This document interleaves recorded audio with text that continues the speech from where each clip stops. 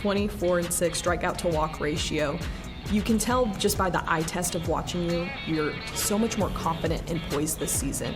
What's that shift? Atlanta went 76-86 and finished fourth place in the NL East. That snapped 7 consecutive postseason runs, and it was their first losing season since 2017. Ryan Howard and Alicia Gray are headed to Indianapolis for the 2025 All-Star Game. However, one name that will not be on that roster, Bree Jones. Head coach Carl Smesko all but saying it's a snub. He told me he wasn't concerned about Bree making that game because he thought she was a lock. In his words, Jones is quiet and about her business, but maybe that led to being overlooked by coaches. The word that repeatedly comes to mind for this draft is unpredictable. As of this morning, The Athletic was reporting that leak sources still do not know who the Atlanta Hawks will choose with that first overall pick. How do you define success? If you ask Nas Hillman, she'll say it's competing at the highest level with a favorable outcome. If you ask Tahina Powpow, she'll say it's a big, deep question she's not sure how to answer. However, head coach Carl Smesko defines it by good relationships,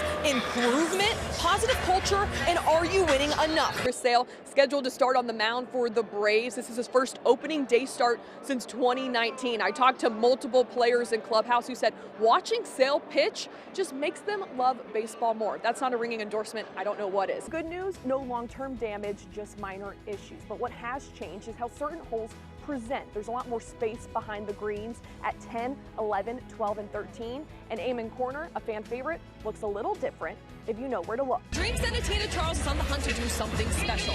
With just 10 points tonight, Tina Charles could cement herself as second overall on the WNBA's all-time scoring list.